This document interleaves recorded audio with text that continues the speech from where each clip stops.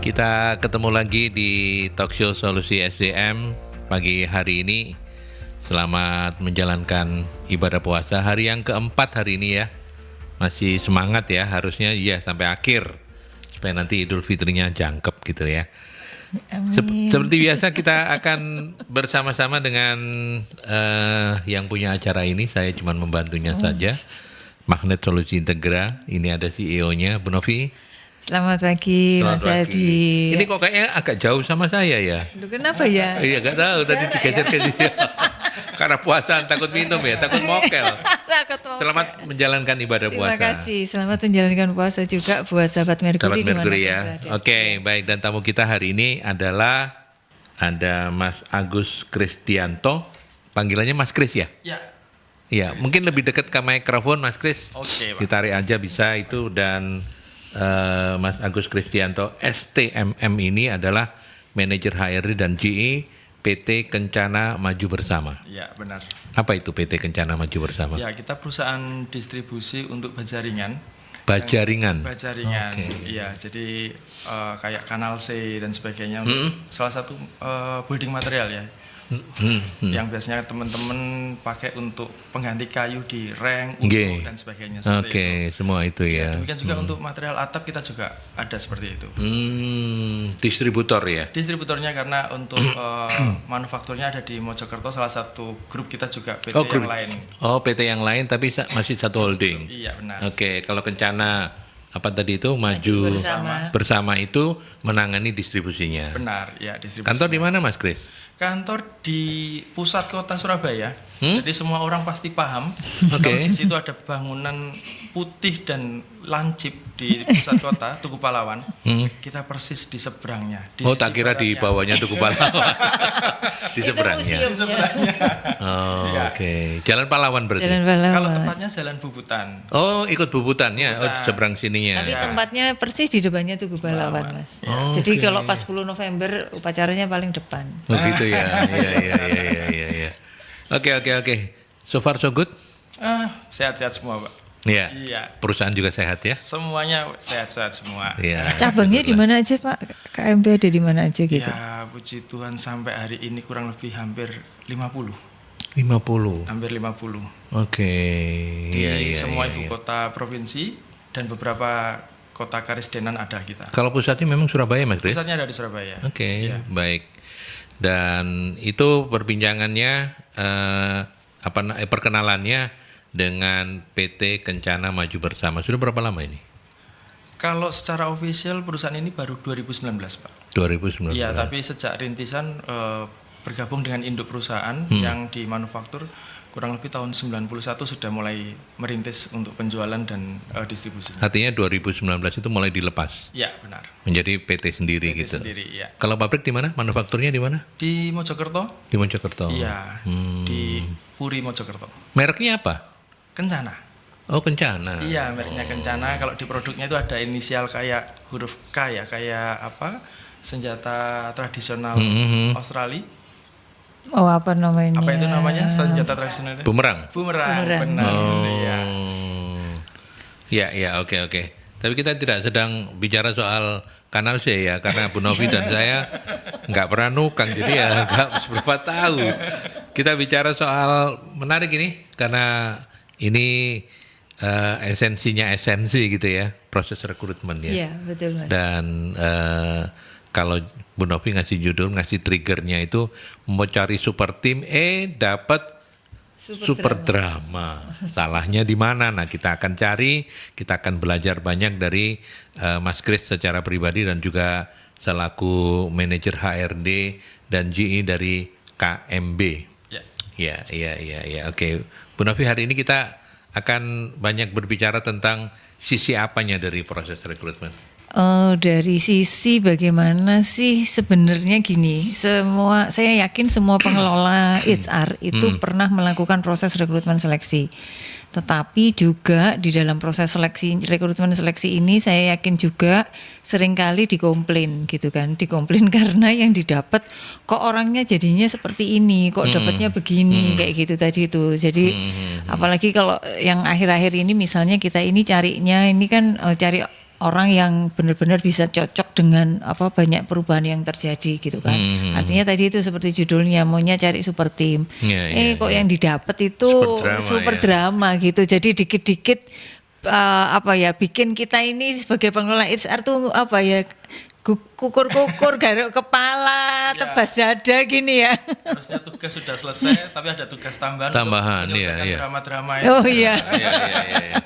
Nggak diselesaikan itu nggak mengganggu gitu ya. Iya, dan itu seringkali kan menjadi salah satu KPI dari kita sebagai orang HR atas keberhasilan kita. Gitu. Seringkali kan gitu. Ini ya kayak misalnya KMP ini kan pengembangannya luar biasa gitu.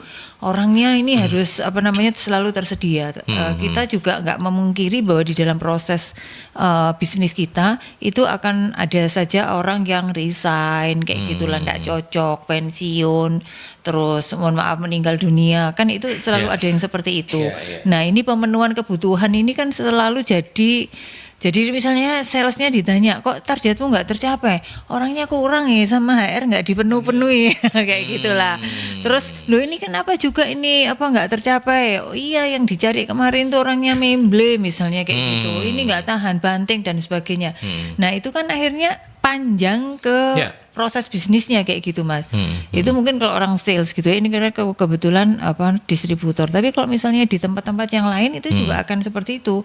Oh nggak matching sama kita, ini orangnya terlalu bagaimana banyak kayak gitulah pokoknya ya. Seperti itu. Nah karena ini penting tapi sering dilakukan, tapi juga sering banyak masalah, makanya kita mau sharing sebenarnya apa saja sih yang harus kita pelajari, atau misalnya kita ini belajar dari pengalaman-pengalaman rekrutmen yang ada di forum ini, di agenda ini gitu Mas.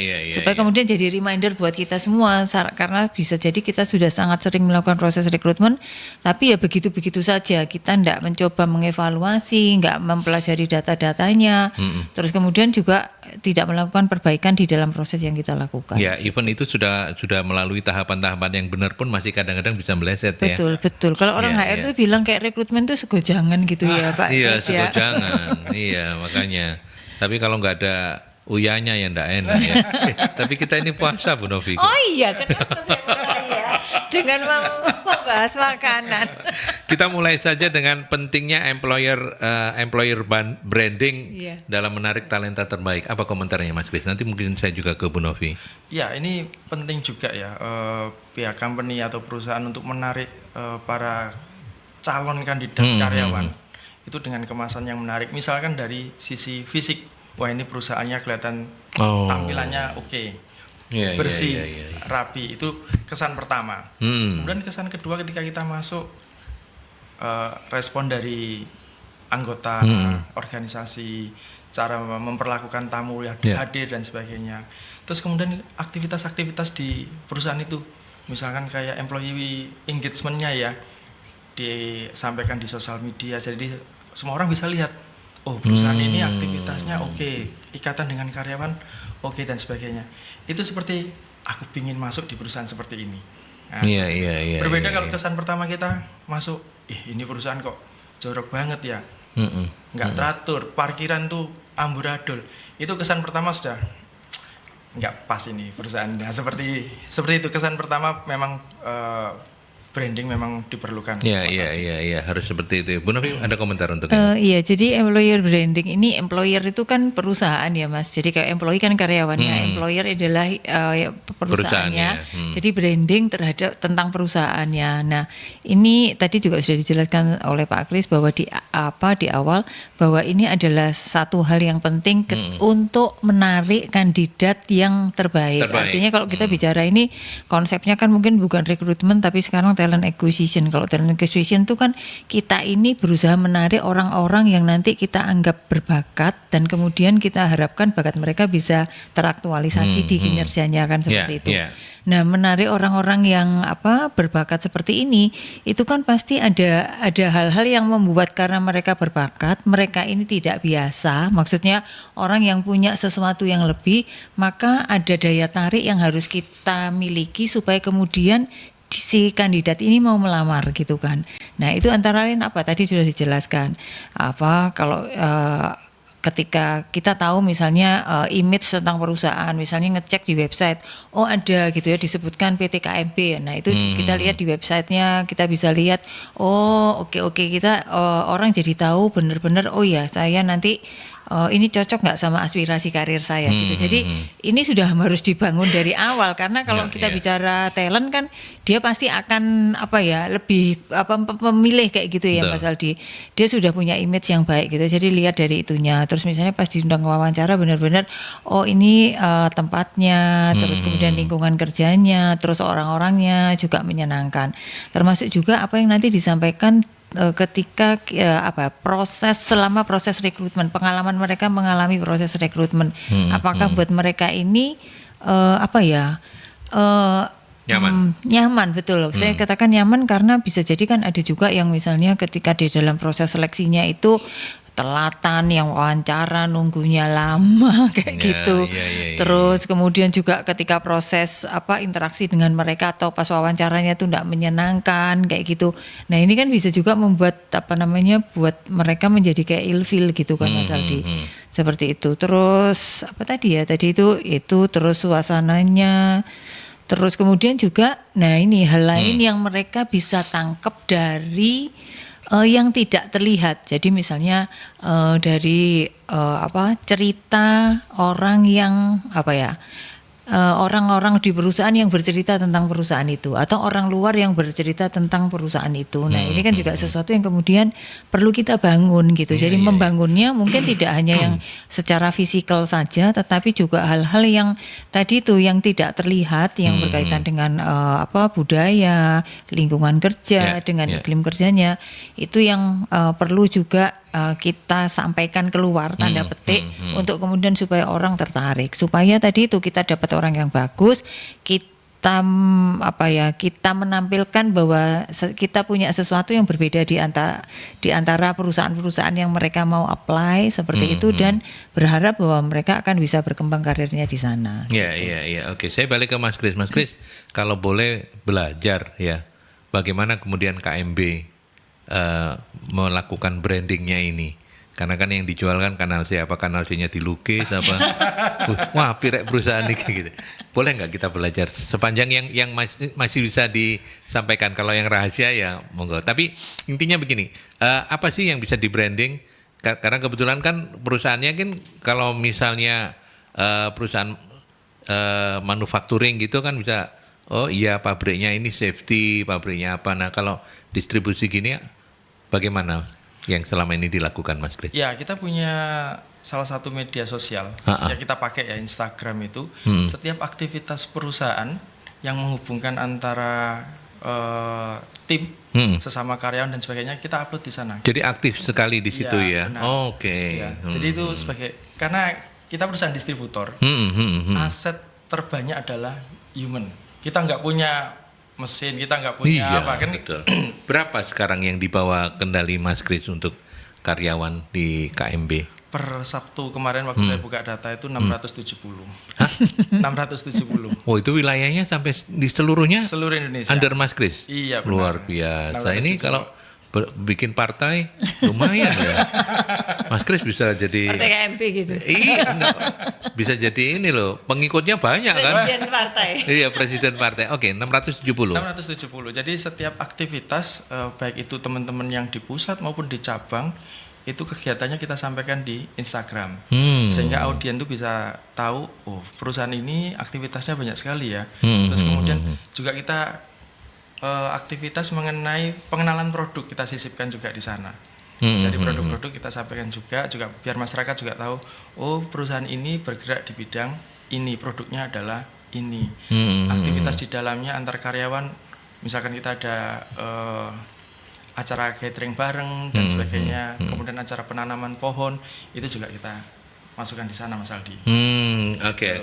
Kalau saya boleh nambahin Mas, kebetulan karena holdingnya KMB ini klien kami gitu, dan kami membantu untuk proses rekrutmen seleksinya gitu. Jadi untuk bagian tes psikologinya kami yang membantu. Jadi pengalaman di awal tahun kemarin ya rekrutmen untuk MT, salah satunya juga untuk KMB itu kan kalau kita datang ke kantornya gitu ya, kita lihat ya wis kantornya itu berapa lantai Pak? 4 5 lantai. 5 lantai ya, 5 lantai. 5 lantai. Terus kemudian beberapa tahun awal Januari kemarin saya datang sudah dengan kantor lobinya sudah bagus banget gitu. Ini kantor holding ya? Kantor holding. Kalau kantor holding di sama, mana? Holdingnya Oh, sama di- Pak Kris di salah satu lantainya. Oke. Gitu. Jadi kantornya itu sangat sangat representatif, sangat nyaman lah. sangat nyaman gitu. Terus sekalian di lantai bawah itu juga dipakai untuk kayak showroomnya gitu ya, sehingga orang datang bisa lihat-lihat produknya, terus ada sofa-sofanya kayak gitu.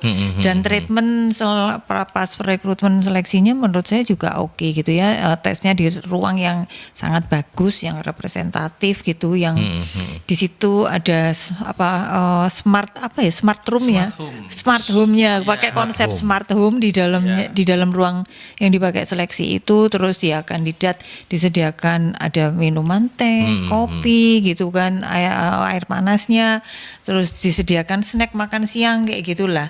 Intinya sih kalau ngalamin proses rekrutmen di sana gitu, menurut saya ya kandidat punya pengalaman yang positif ketika datang kayak gitu. Dan itulah pentingnya employer branding begitu ya. Betul. Karena KMB dan holding sudah membuktikan bahwa dengan begitu nggak susah untuk cari talent terbaik begitu ya. Harapannya seperti itu. Ya, harapannya seperti itu. Nah, kalau kita sudah melakukan brandingnya, berarti kan kemudian kita juga harus tahu bagaimana mengidentifikasi orang-orang pinter ini bisa dijaring lewat apa gitu ya? Apakah job portal? Nah, gimana penjelasannya Bu Novi? Iya, jadi kalau kita mau milih media yang tepat untuk rekrutmen, ini kita juga harus mencocokkan posisi ini seperti apa. Jadi jabatannya ini apa, Mas?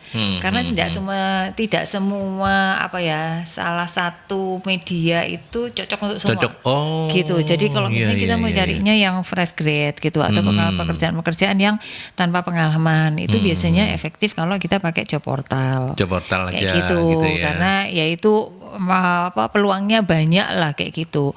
Atau juga bisa lewat kampus gitu ya, lewat kampus. Terus kalau misalnya kita mau cari posisi-posisi yang agak krusial gitu, misalnya levelnya manajer, nah itu biasanya bisa referensi, bisa juga lewat konsultan atau headhunter kayak gitu. Terus kemudian kalau misalnya kita cari jabatan-jabatan yang mungkin butuh orang kepercayaan, yaitu tadi referensi, itu masih biasanya lebih efektif karena butuh trust yang lebih tinggi. Gitu. Jadi penjaminnya adalah si referralnya itu. Referralnya. Seperti itu. Dan ya ada cara-cara yang sesuai untuk berbagai berbagai jenis jabatan yang ada kayak gitu. Ya, ada komentar Mas Kris untuk ini? Ya benar. Ada beberapa. Kami perusahaan distribusi kan dari level paling bawah, Pak. Mungkin lebih dekat lagi Mas Kris. Ini harus dekat ya. Dari level yang paling bawah kayak macam helper ya, Bu ya. Kemudian ada driver. Terus kemudian ada level menengah juga untuk teman-teman staff supervisor dan level middle up seperti kepala cabang dan sebagainya. Untuk yang level bawah kita nggak bisa pakai kayak job portal dan sebagainya, Pak. Karena mereka nggak menjangkau job portal. Ya teman-teman yang di level bawah itu kebanyakan kan ngumpulnya di kayak kantor pos kalau di daerah ya, Pak ya. Karena kantor pos itu kan pusat komunikasi publik, cari uang pensiun di sana, kadang ada orang jualan juga di sana, kirim barang dan sebagainya. Sehingga kita cari lowongan pun juga nempelnya di kantor pos seperti itu. Kemudian juga ada itu masih iya. Ini yang saya agak nggak ngikutin. Ngikutin ya.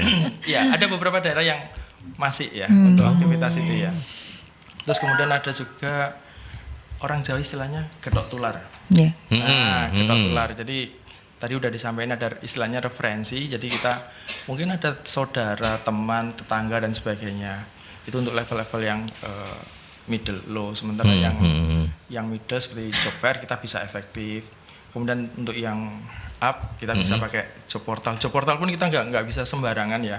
Karena teman-teman yang udah di level up itu job portalnya pasti yang profesional. Yang profesional. Kayak LinkedIn gitu ya. Karena yang kan banyak juga job portal yang masih baru apalagi gratisan. Itu biasanya kan juga pekerjaannya juga nggak banyak banget Pak di sana. Gitu. Iya. Itu pengalaman-pengalaman yang dipadukan dengan konsultan melihat cara-caranya begitu ya. Baik, Bu Novi, Mas Kris, kita lanjutkan setelah iklan, sahabat Merkuri. Ya, dengan dua narasumber, ada Bu Novi, CEO dari MSC Consulting, dan juga Mas Agus Kristianto dari PT Kencana Maju Bersama.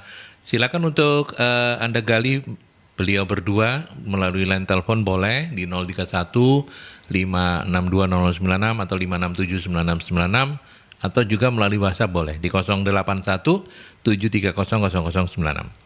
Kita lanjutkan kembali, Bu Novi dan Mas Kris. Ya. Nah, sekarang kita sudah sampai, tadi kita sudah tahu bagaimana cara mengidentifikasinya. Memang masing-masing, apa ini istilahnya, kalau masing-masing Apa ya, metode itu, atau iya. cara strategi. Itu beda-beda ya, tergantung kebutuhan, itu yang harus dilakukan. Dan pertanyaan berikutnya, talent pooling, perlu nggak ini? Artinya itu sebuah database untuk kandidat-kandidat yang potensial, itu kita mesti menyiapkan itu, punya itu, atau gimana Bu Novi? Iya, perlu sekali, apalagi kayak tempatnya Pak Kris kayak gini nih, yang apa jumlah kebutuhannya banyak gitu. Jadi ini dengan kita punya talent pooling untuk kandidat ini sebenarnya akan apa ya, mengefisienkan proses rekrutmen baik dari waktu maupun biaya. Seperti itu. Jadi kita punya database, apa ya istilahnya, bank data calon potensial lah kayak gitu ya. Bank data calon potensial gitu. Karena seringkali kan kebutuhannya juga cepet-cepet kayak gitu Mas, sehingga kita sebaiknya punya bank data. Jadi misalnya kita pernah dari proses rekrutmen yang sebelumnya, terus ini masih belum sesuai gitu ya. Misalnya kita dulu minta masuk tanggal berapa, dia belum bisa, akhirnya nggak join. Tapi menurut kita potensial, kita simpen di sana. Atau dapat referensi dari siapa, kita proses lumayan. Sekarang belum ada kebutuhan, kita simpen di sana. Yang kayak gitu. Jadi supaya kemudian prosesnya menjadi proses rekrutmen nanti kalau pas ada itu menjadi lebih cepat. Kayak gitu Mas. Sampai hari ini Mas Kris, KMB udah melakukan dan punya data pooling ini? Iya, kita punya seperti itu, tapi untuk umurnya kita nggak lama. Jadi untuk kayak pelamar, database pelamar, kita simpan maksimal 3 bulan. Oh gitu, Ya, karena berganti terus gitu atau gimana? Enggak, maksudnya kalau di atas 3 bulan, faktor untuk dipanggil kembali atau join itu sangat kecil. Karena mungkin yang bersangkutan sudah bekerja di tempat lain. Ya. Jadi kalau kita punya database, umurnya sekitar dia di bawah 3 bulan, kita masih bisa pakai. Tapi kalau di atas 3 bulan, kita mungkin pesimis ya. Ini mungkin bisa jadi udah kerja di tempat lain. Dan pengalaman memang demikian, hampir 50-75% mereka sudah. Ketika dihubungi kembali itu sudah bekerja di tempat yang lain. Oke. Seperti itu. Berarti kalau untuk menggantikan itu seperti apa untuk ini? Talent poolingnya itu atau database-nya itu sendiri kalau di KMB membangunnya seperti apa Mas Kris? Ya, untuk para pelamar tetap semuanya kita masukkan ke database semua ya. Gitu ya. Jadi di prosesnya bertahap itu bisa juga seperti itu. Oke. Artinya pas tidak ada kebutuhan pun gitu kita tetap bisa melakukan prosesnya kayak gitu Mas Aldi. Kalau di KMB sendiri, karena memang yang datang narasumber tamunya KMB ya, jadi kita KMB terus. Itu soalnya kalau Koalisi Indonesia Maju itu kan punyanya Pak Prabowo. Kalau ini KMB, kalau itu Kim gitu ya. Kalau di KMB sendiri dalam setahun itu selalu ada rekrutmen baru, Mas Kris? Ya, jadi ada rekrutmen wajib ya. Oh gitu. Jadi ini dari pimpinan bahwa kita harus buka cabang di tahun ini misalkan let's say 10. Oh. Berarti kan kita harus siapkan 10 set. Nah, ini kan namanya 10 set. Mulai dari kepala cabang, super, kemudian sales dan sebagainya. Itu satu setnya kan seperti itu.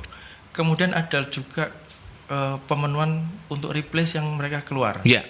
Nah, itu kan juga ada pemenuhan dalam tanda kutip yang nggak wajib karena tiap bulan mesti beda-beda. Terus kemudian juga ada juga yang tambahan-tambahan. Jadi kebetulan pimpinan ini betul-betul punya visi yang sangat agresif ya. Iya. Masih muda. Masih muda. Meskipun umur sudah hampir kepala 5, tapi semangat masih muda. Ya, jadi beliaunya punya ide ini, ide itu. Kita akhirnya support, siapkan untuk manpower untuk mendukung ide-ide beliau seperti itu, Pak. Oke. Berarti kalau yang wajib itu berapa kali dalam setahun? Kalau yang wajib tergantung ini ya. Ya tergantung misi perusahaan nanti di tahun depan seperti apa. Kalau cabangnya 10 ya bisa 10 set. 10 set itu kalau sak bulan ya 10 bulan ya. Tapi itu biasanya bareng ya. Bersamaan atau enggak? Cabang itu satu gitu, Ra? Ya kita atur rata-rata sih teman-teman, misalkan kita bagi ya, 1 bulan mesti ada satu yang lahir gitu. Ya, kalau dari 600 itu sekarang mayoritas sudah masih di milenial atau sudah mulai banyak anak-anak Gen-Z-nya kalau di perusahaan distribusi begini? Kebetulan 50-50 ya. Oh iya. 50-50 ya. 50-50. Kalau yang lebih senior lagi, X gitu, masih ada? Masih ada. Oh, Masih ada, tapi jumlahnya nggak banyak, termasuk Udah mulai. saya ya, termasuk saya. udah mulai nggak banyak ya? Iya, udah bisa dihitung dengan jari. Oke. Tapi yang muda-muda hampir mendominan ya. Yang muda-muda itu yang milenial dan X dan Z. Ya kisaran 25 sampai 35 lah yang mayoritas. Oh, milenial ya, Ya, berarti ya. Oke. Iya, menarik ya. Karena jumlahnya berapa? 70. 70. Per cabang itu rata-rata berapa orang? Per cabang paling banyak 20. Paling sedikit antara 9 sampai 10. Seperti itu. Dan itu dalam setiap tahun selalu ada ini pertemuan bersama gitu enggak ya? Ya ada, kita selalu tiap awal Gathering tahun. gitu? Ya tiap awal tahun ada gathering plus kick off untuk tahun ke depan kita mau ke arah mana. Biasanya dikumpulkan se-Indonesia atau enggak per ini? Chapter atau apa begitu? Oh enggak, untuk yang ini hanya perwakilan dari masing-masing kepala cabang. Oh. Jadi oke. perwakilan dari cabang kemudian kita kumpulkan di Surabaya. Nanti di sana akan ada kick off meeting dan sebagainya. Oke, baik. Tadi kita sudah belajar, sahabat Mercury, soal database kandidat potensial dan cara membuatnya, membangunnya juga seperti apa begitu ya. Sekarang pertanyaan berikutnya adalah ini menseimbangkan ya antara yang hard dan soft dalam skill untuk ketika seleksi seperti apa Bu Novi? Iya, jadi kan gini, untuk jabatan gini, seringkali perbedaannya itu antara orang HR di mana kita ini seringkali menyeleksi berdasarkan persyaratan yang sifatnya umum dan administratif. Yeah. Orang-orang HR kebanyakannya begitu. Sementara user gini seringkali fokusnya kepada kemampuannya, kemampuan teknisnya kayak gitu. Nah, ini supaya nggak miss gitu dan supaya kemudian prosesnya ini inline, maka ya ini harus saling terutama HR yang membantu untuk proses rekrutmen ini harus berkoordinasi dengan baik dengan user supaya kemudian tadi itu seimbang antara soft skill dan hard skill yang dibutuhkan kayak gitu. Nah terus caranya seperti apa? Ya ketika menyeleksi selain hal-hal yang berkaitan dengan teknis yang tadi diuji dengan bisa jadi pakai tes tulis lah atau suruh praktek yang kayak gitu, atau bisa juga nunjukin portofolionya dia. Nah itu juga harus diimbangkan dengan hal yang sifatnya soft kompetensi yang kita ini orang HC bantu mereka untuk mendapatkan profil orang tersebut kandidatnya kayak gitu. Nah terus kemudian ya ini tadi digabungkan hasilnya. Biasanya kalau misalnya praktisnya itu adalah hasil tes bidangnya sama hasil tes psikologinya itu kita bobot supaya kemudian kita bisa melihat sebenarnya bobot mana yang lebih penting dibandingkan satu dibandingkan yang lainnya. Jadi kalau pembobotan itu tergantung juga kesempatan kerja yang ada, jabatannya gitu. Okay. Misalnya orang sales gitu, oke, kemampuan menjual itu penting gitu, tetapi mungkin lebih penting yang soft skillnya kayak gitulah, yang gitu misalnya kayak komunikasi, negosiasinya, persuasinya, ya kayak gitu, kayak gitu. Nambahin Pak Kris. Ya beda kalau kemudian untuk teman-teman yang jadi driver Pak, yang jadi driver kita mungkin untuk komunikasi tidak sesempurna teman-teman sales. Ya kecuali pokoknya enggak bisu gitu ya. Ya benar. Iya toh. Tidak sesempurna mereka nggak dituntut untuk seperti teman-teman sales, tapi mereka dituntut skillnya, hard skillnya untuk handle itu kendaraan dan sebagainya. Itu kontrasnya seperti itu.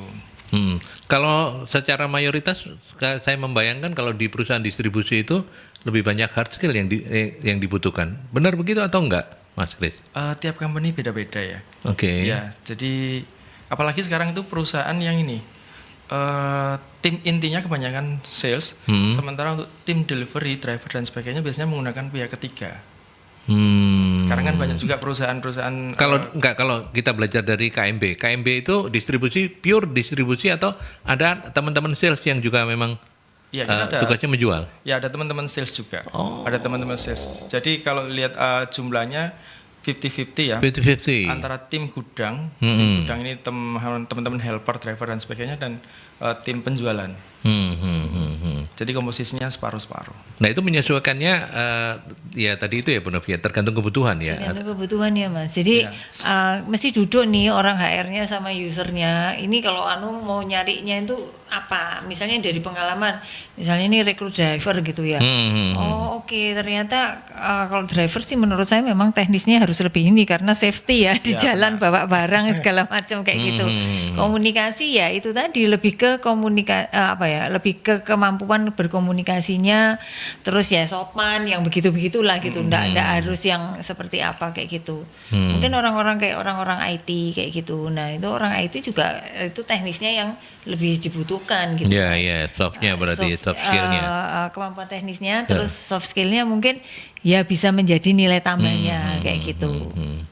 Ya oke baik.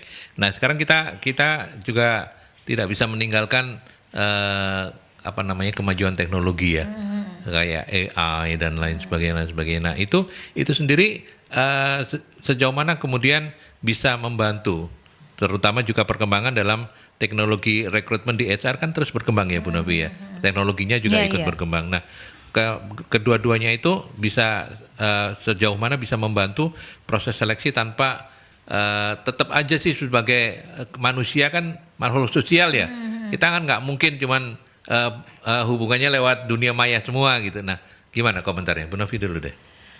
Ya, jadi memang kita sudah sangat dimudahkan di pekerjaan sehari-hari ya dengan adanya AI.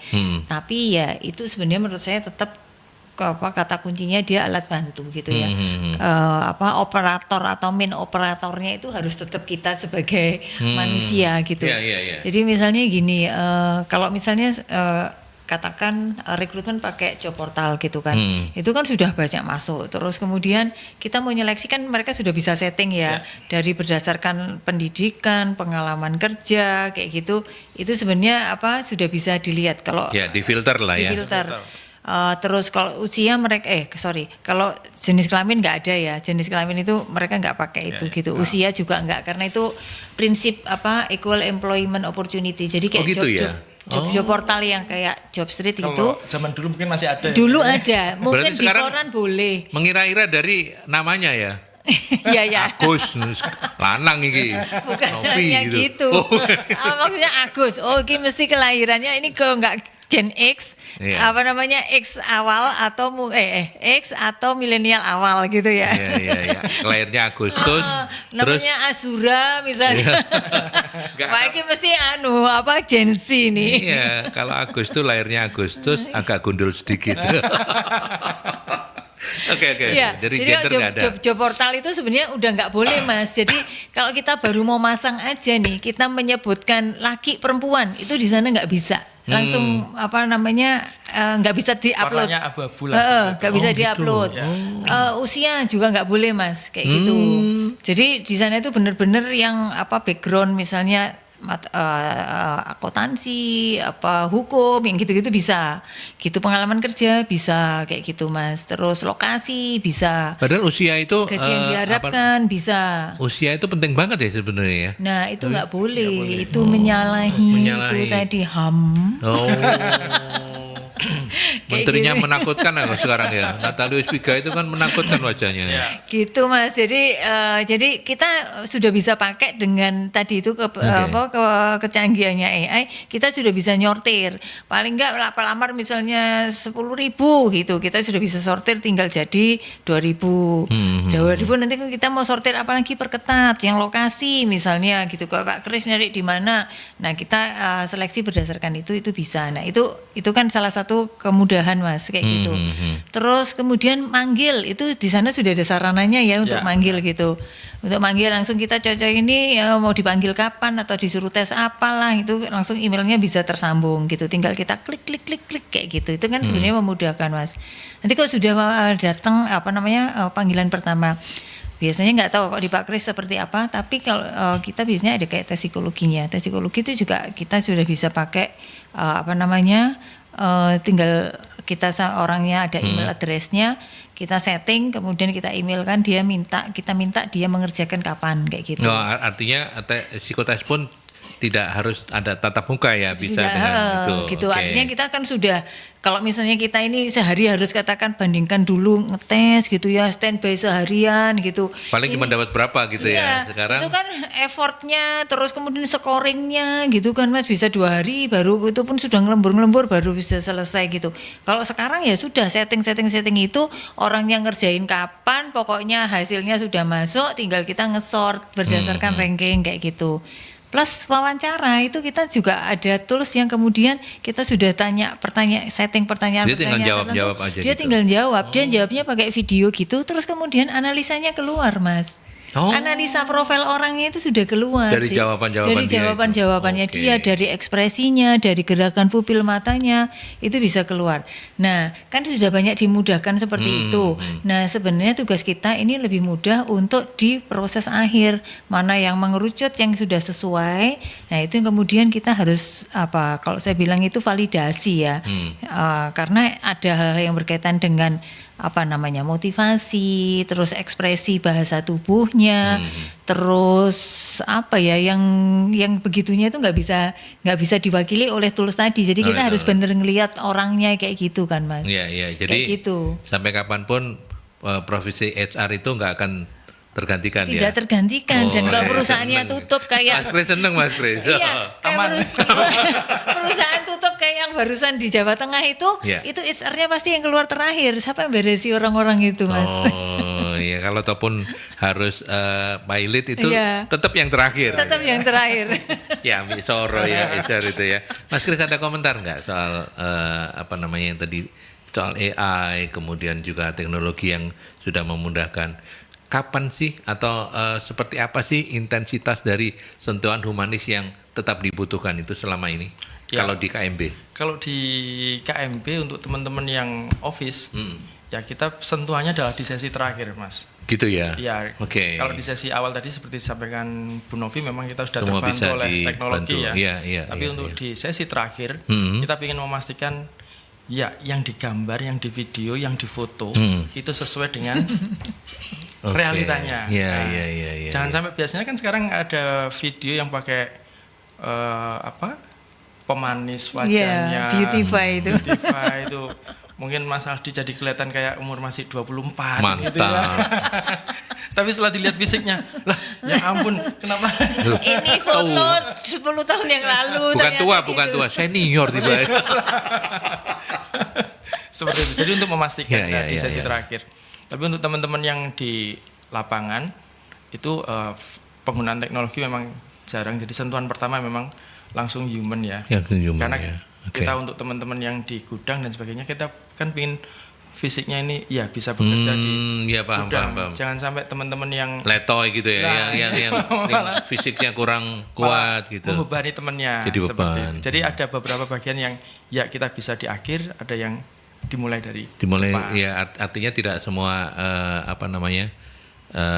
job desk itu bisa diterbantukan sepenuhnya oleh AI. perkembangan teknologi Iya, AI dan benar. lain sebagainya tadi ya. Oke, baik. Ini saya lihat ada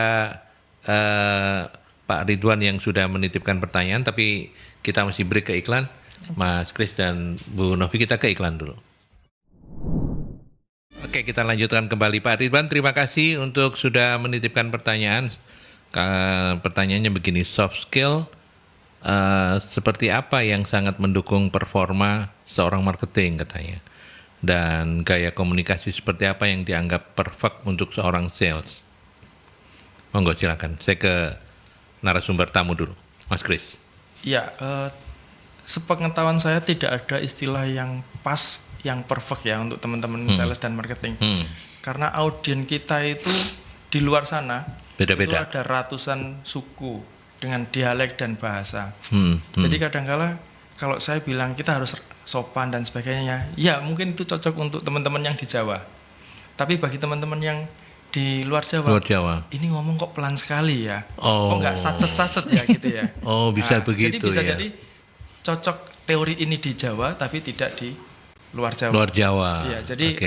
lebih tepatnya mungkin teman-teman yang sales dan marketing, ya mereka bisa menguasai medannya. Ya, kearifan lokal itu Iya, penting ya untuk dipahami begitu ya. Ya. Teman-teman yang di Surabaya, misalkan dia bisa penjualan tinggi, ketika masuk di, misalkan nih saya mohon maaf di Madura, yang bahasanya sudah sedikit ada beda, mungkin masuknya sulit sekali ya. Jadi apalagi kalau kita menggunakan bahasa yang sama dengan lawan bicara kita, Lebih itu malah gampang. lebih mudah. Iya, iya, seperti iya, itu. iya, iya. Jadi itu tip dari saya untuk teman-teman sales Mas Aldi. Kalau soft skill ya termasuk itulah ya. Kayak itu kan termasuk semuanya soft skill betul. Ya termasuk selain tadi kan komunikasi tadi yang diceritakan Pak Kris, ini kalau sales itu juga sebenarnya lebih ke daya juang ya. Jadi drive-nya itu harus tinggi, soalnya penolakan itu bisa 70% dari dia datang ke 10 orang, yang 7 menolak itu kan harus tetap enggak boleh letoy, enggak boleh baper, enggak boleh terus putus asa, kayak gitu ya biasalah. Ini proses kayak gitu, itu daya juang. Ya itu sama ya adaptasi tadi adaptasi kayak gitu. Mudah-mudahan terjawab ya Pak Ridwan. Intinya sih sebenarnya memang tidak bisa digeneralisasi begitu ya. Sangat tergantung dari sales atau marketing ini menghadapi siapa begitu ya. Dan apa latar belakangnya. Karena dengan pemahaman itu saja, dengan gaya komunikasi yang saya pikir sudah pasti dipunya oleh teman-teman sales dan marketing, mereka akan lebih bisa eksis begitu ya. Iya, kalau sales itu mungkin lebih gini, kita kadang mengira bahwa kalau orang sales yang bagus itu yang bicaranya banyak.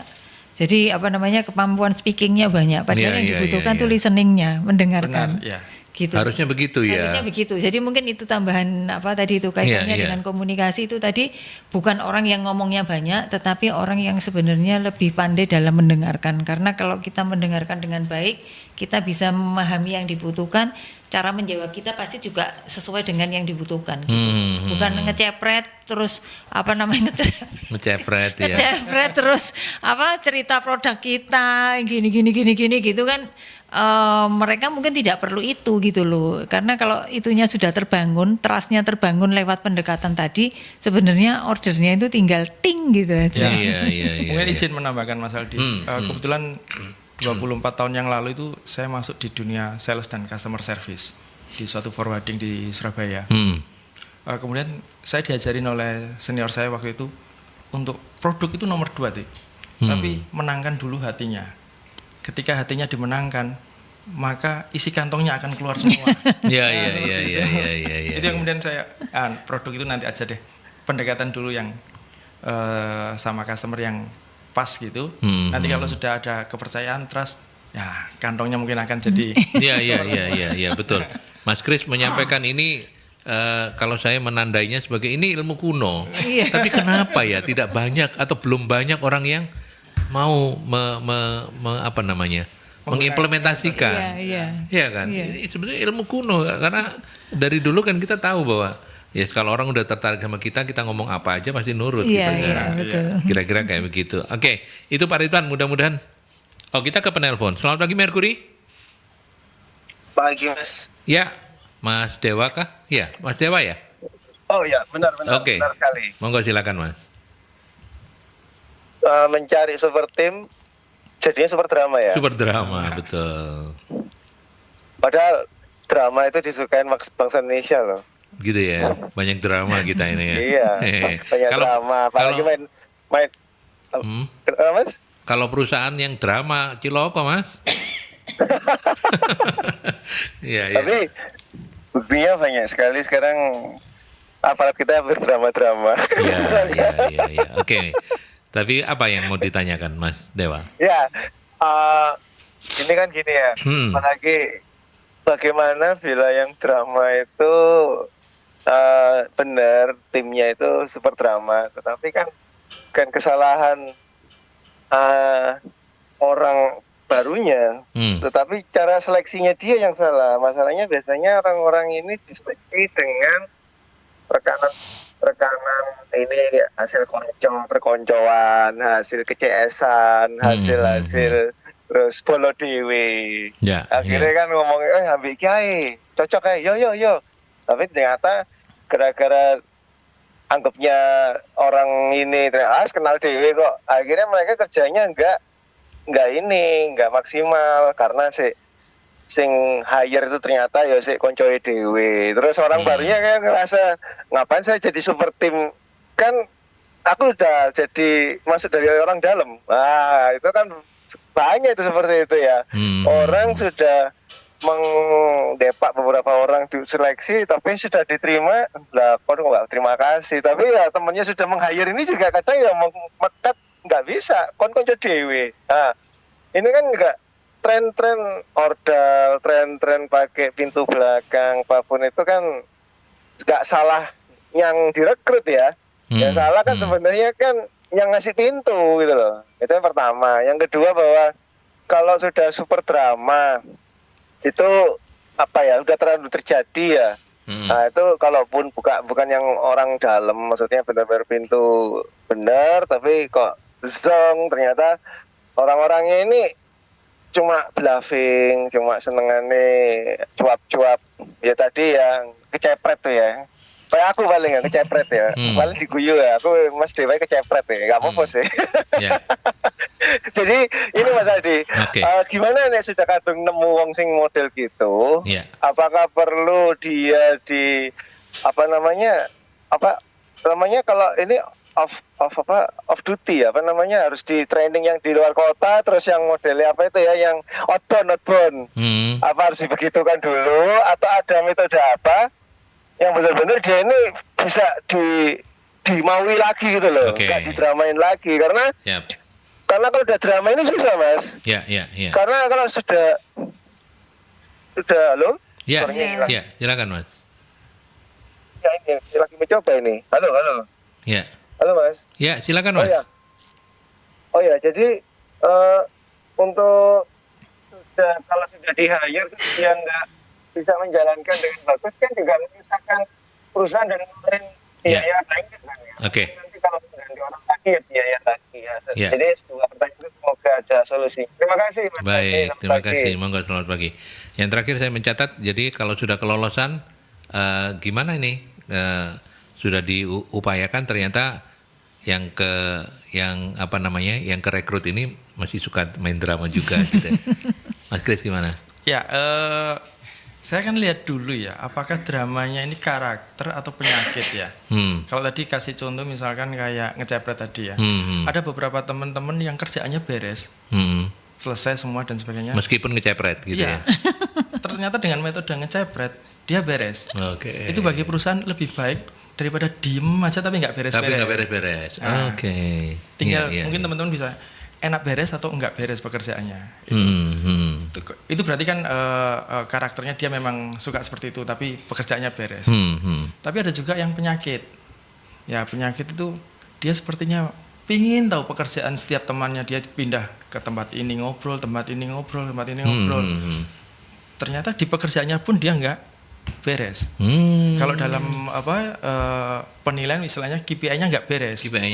Nah kalau yang penyakit kayak gini berarti kan udah pekerjaan nggak beres, ganggu teman, pemandangan juga nggak bagus. Ya sudah, kita sisihkan aja dulu, seperti itu Mas Aldi. Ya itu. Bu Nafi mau menambahkan untuk Mas Dewa. Oke, kalau Mas Dewa, jadi kalau kita sebagai recruiter kayak gitu, makanya ketika merekrut itu kita mesti objektif ya gitu ya. Jadi objektif artinya ketika meskipun ini bawaan orang dalam, tapi kalau kompetensinya oke, kita bisa terima.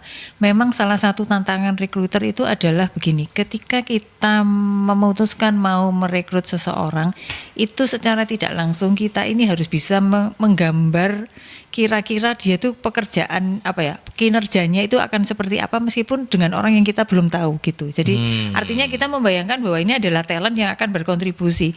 Tapi kan kita ini sekarang ini jadi dengan berbagai macam tadi itu kegamblingan kita harus memastikan bahwa orang yang akan direkrut ini tadi benar-benar kinerjanya akan oke. Ini terhadap orang, jadi kita ini kayak agak-agak meramal bahwa orangnya harus oke nih di kerjaannya kan gitu kan Mas. Nah itu memang tidak mudah dan karena itu daripada kita ini gunakan metode yang apa ya, yang tepat. Artinya ketika kita melakukannya sesuai dengan ketentuan yang ada, misalnya wawancara harus ada aturan-aturan mainnya yang berkaitan dengan wawancara berbasis kompetensi, ada persyaratan kriteria seleksi administrasi, terus ada juga mungkin ada dibutuhkan tes psikologi, tes kemampuan bidang, dalam hal yang lain juga mungkin butuh kemampuan bahasa asing. Nah ini kan mestinya dipenuhin dulu. Jadi kalau kita sebagai orang HR atau recruiter ya itu harus ada supaya kita ini tidak dicemooh, tidak jadi sasaran komplain dari usernya kita setelah orang ini masuk gitu. Karena tadi itu ketika dia sudah masuk dan terjadi drama, nah itu tadi kita sebagai recruiter yang pasti akan kena dampaknya. Jadi meminimalkan itu ya itu tadi lakukan sesuai dengan pakemnya gitu supaya kemudian ya kita saya yakin bahwa teman-teman yang sering kali melakukan proses rekrutmen itu akan jam terbangnya itu terasa. Ngelihat orang yang seperti ini dari cara jalannya kita sudah tahu. Misalnya orang ini energik, cukup energik gitu ya, nanti di pekerjaannya akan seperti apa. Dari caranya bicara itu kita bisa merasakan bahwa orang ini hawanya seperti ini kayak gitu Mas. Gitu ya. Oke. Berarti memang sebenarnya paranormal itu kalau jadi HR cocok loh. Ya, atau teman-teman HR itu harus memperlengkapi diri dengan supaya sakti dulu gitu. Ini ilmu penerawangan. Ilmu penerawangan penting, lihat batuknya lihat apa ya. Tapi karena terbatasnya waktu, saya ingin mengakhiri dengan bagaimana mencegah terjadinya turnover, apalagi kalau sampai tinggi banget begitu selama ini. Jadi maksudnya yang setelah direkrut tadi ya? Iya. Ya, untuk mencegah turnover harus dilihat dulu penyebabnya. Jadi ada teman-teman triknya itu kalau 3 bulan turnover berarti salahnya di recruiter. Oh. Ya, kalau sekitar 6 bulan setahun turnover berarti salahnya di user. Dia nggak bisa maintain si karyawan. Tapi kalau yang turnover itu yang di atas 1 tahun berarti yang senior, apa yang terjadi? Berarti masalahnya ada di company. Di dalam company tidak bisa tim, memberikan gitu kesejahteraan dan sebagainya. Jadi harus kita lihat dulu tertingginya ada di mana.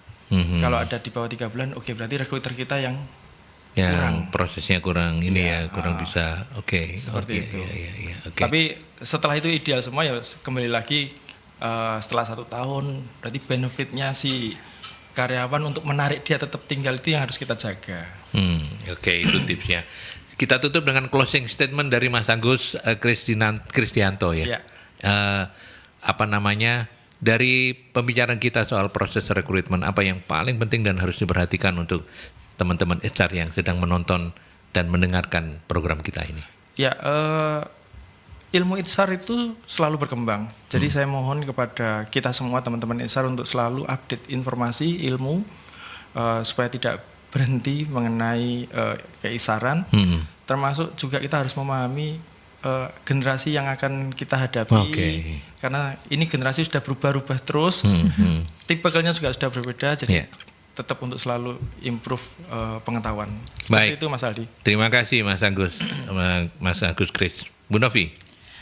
Oke, baik. Jadi dalam proses rekrutmen selain hal-hal yang sifatnya tadi itu technical, terus kemudian juga yang secara profile atau kepribadian seseorang cocok, yang tidak kalah pentingnya satu lagi jangan dilupakan adalah kayak semacam motivational fit. Jadi kesesuaian antara karir pribadi, aspirasi karir si kandidat dengan perusahaan.